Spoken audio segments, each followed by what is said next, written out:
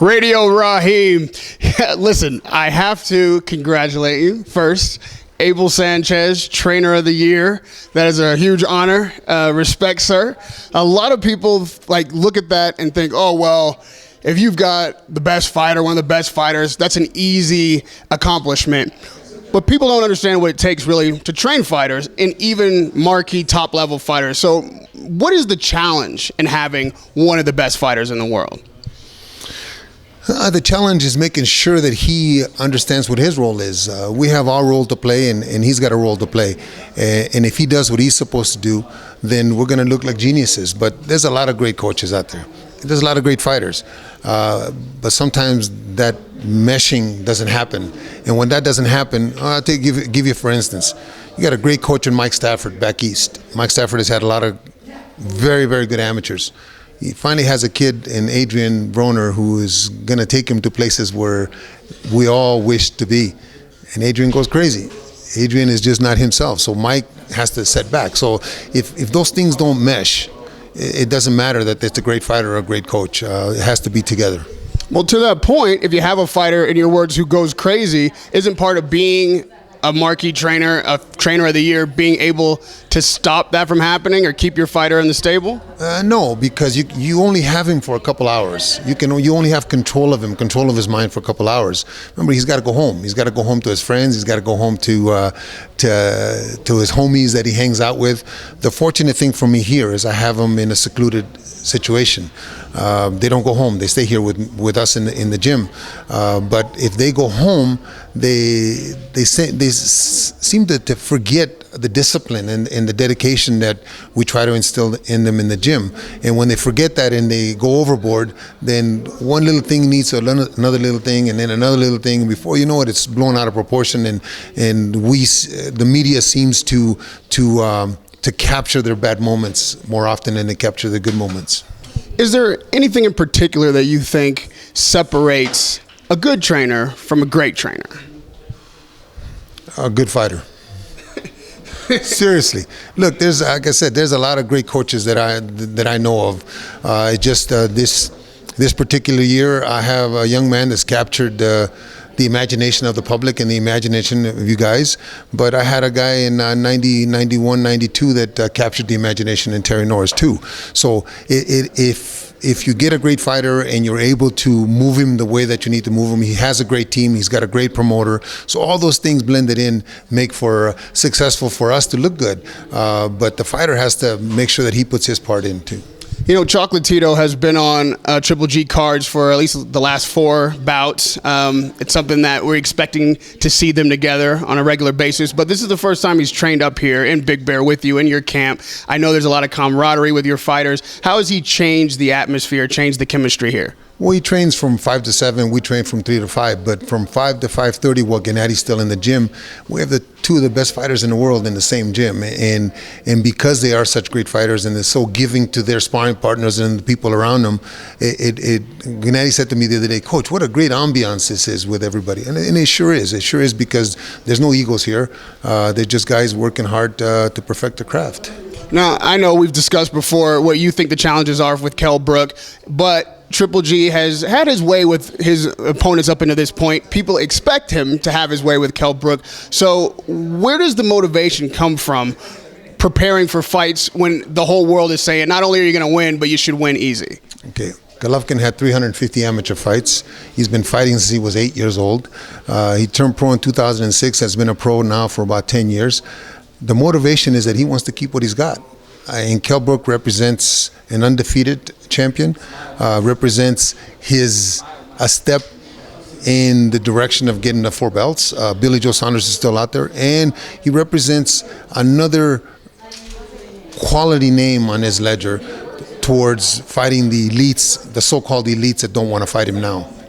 You know, Carl Froch on the other side of the pond, where you will end up for this fight, has been very critical of Gennady, and I guess in byway saying that he doesn't deserve the credit he's getting, doesn't put him in the top 5. When you hear criticism like that, what is it that he's missing in his analysis? He's missing the fact that he doesn't read when he keeps talking all that crap. He retires. They offered him a contract. They offered him the fight. They offered him great money, but he retires. He's missing the point that when you talk, you should be able to back it up.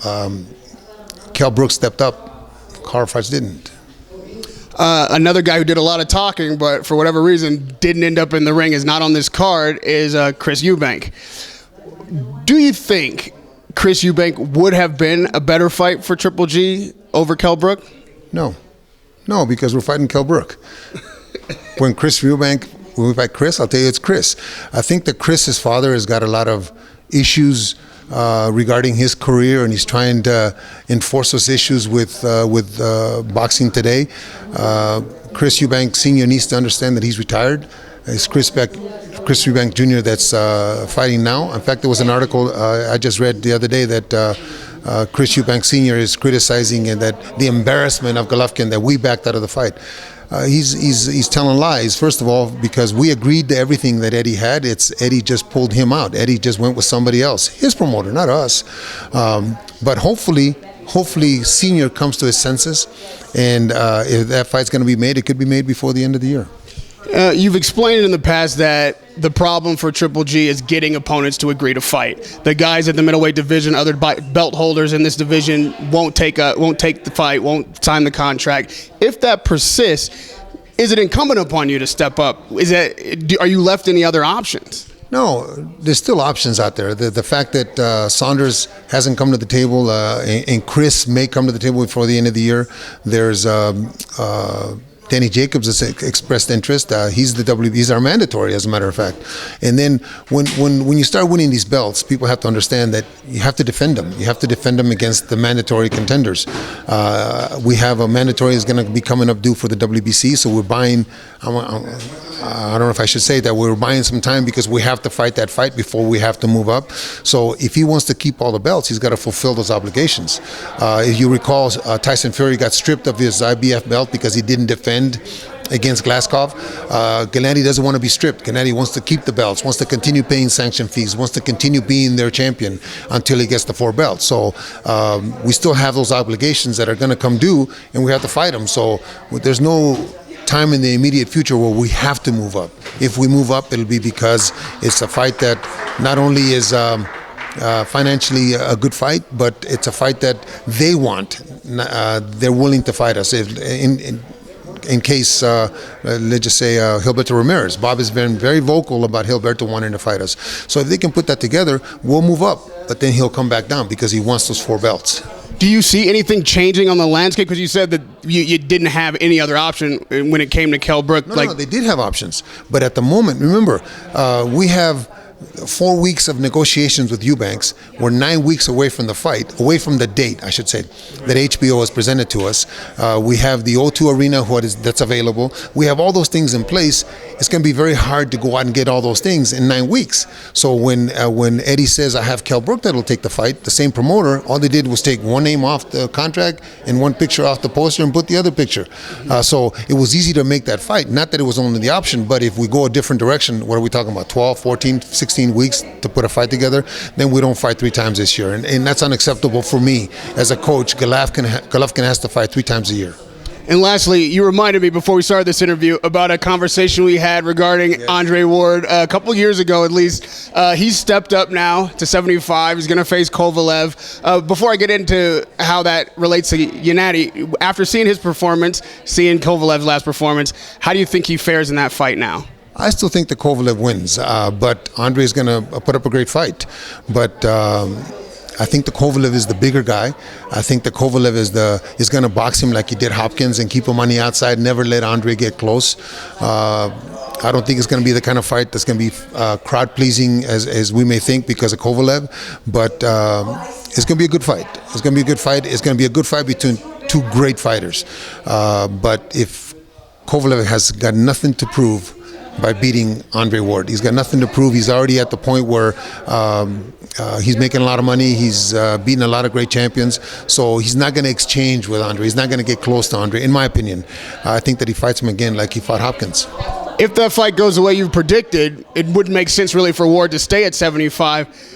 Would you now, in this new situation, accept a 68 fight with Ward? Oh, Andre can stay at 75. I think the only guy he doesn't beat is Kovalev, but everybody else he beats. There's no champion out there that can beat Andre, so he can get the other 3 belts and fight him again. But absolutely, if he drops back down and we're at the point now where we got the 4 belts and we're moving up, absolutely. Those are the kind of fights that I think we need to make for the fans, but we need to make them at the moment where if Andre gets beat, then he's not, how would I put it? He's not on that high pedestal in his own mind, and it comes down to negotiations, and negotiations are possible to make a fight. But it comes a point where you can think so much of yourself that it's impossible to deal with you, so the fights don't get made. But I'm going to say that, going back to what you started this, the first thing about 2.5 years ago, if we had waited, as was suggested by one in our conversation back then, if we had waited for that opportunity to fight Andre has just stated publicly maybe a couple weeks ago that it's impossible for him to make 168 or 100. That's why he moved up to 175. It's hard for him to make 175, I think is what he said. So now if we had waited for him, we wouldn't be talking about us fighting Kell Brook. Golovkin would not be in the position that he's in right now because we would have waited all this time for a fight with Andre to happen. Andre's had some difficulties, so we couldn't, like I explained to you back then, we can't wait for somebody.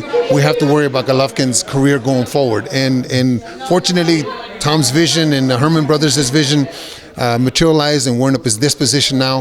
Hopefully we fight in the future with Andre. It's a much, much bigger fight. And lastly, you mentioned waiting. You know, we've got Chocolatito here in camp with you. Andre Ward is still at the top of a lot of people's pound-for-pound list. Obviously, Triple G's up there. 2-part question. How does he edge those other guys out to reign as pound-for-pound king in this sport?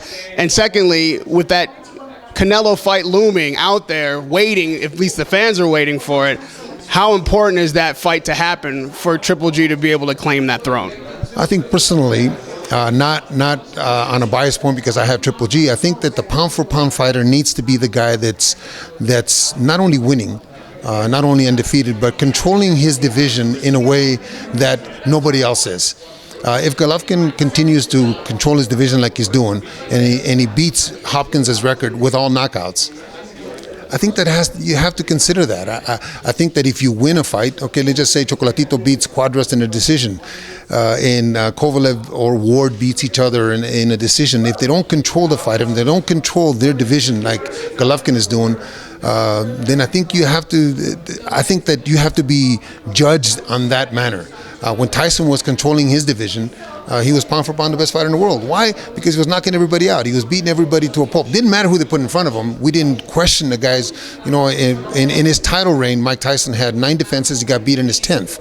In his 9 defenses, he only had 6 knockouts, not 9 knockouts. In his 9 defenses, he also had 3 decisions against a guy named Tyrell Biggs, who was 15-0. He had a win against Gary Alexander. He had a win against Bone Crusher Smith, who weren't giant killers, but yet he was pound for pound the best fighter. Why? Because he was controlling those guys, and that's how he was winning. That's what, in my opinion, the pound for pound fighter should be judged, by how you're destroying or demolishing whoever they put in front of you.